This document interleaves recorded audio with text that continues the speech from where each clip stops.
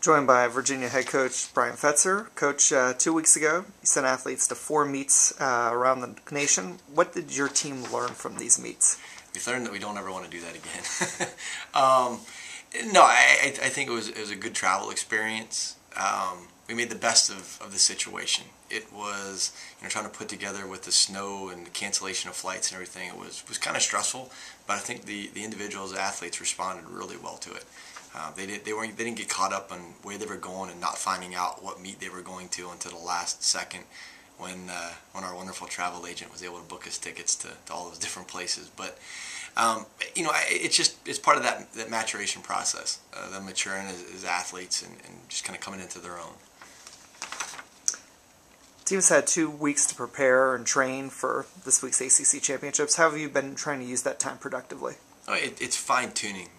The old adage, that I've heard before, that the hay's in the barn. There's not a whole lot you're gonna do to increase your performance over the last 2 weeks.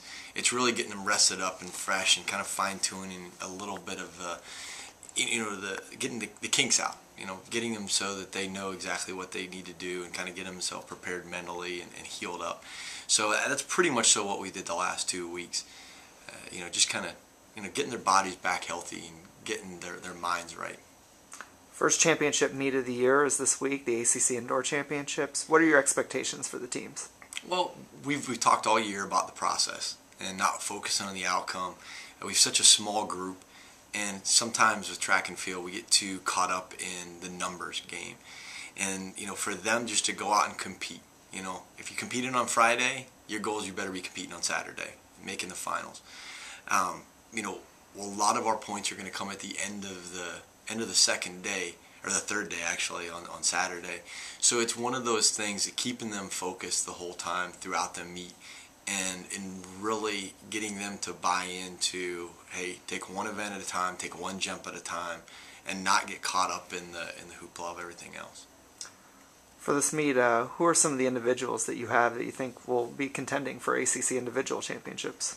Well, probably the first one would be Jordan Lavender. I mean, she's ranked 6th in the country right now in the 400, and Jordan's had a great year so far. There's going to be a lot asked out of her this weekend from a performance standpoint, because this meet is all about the team.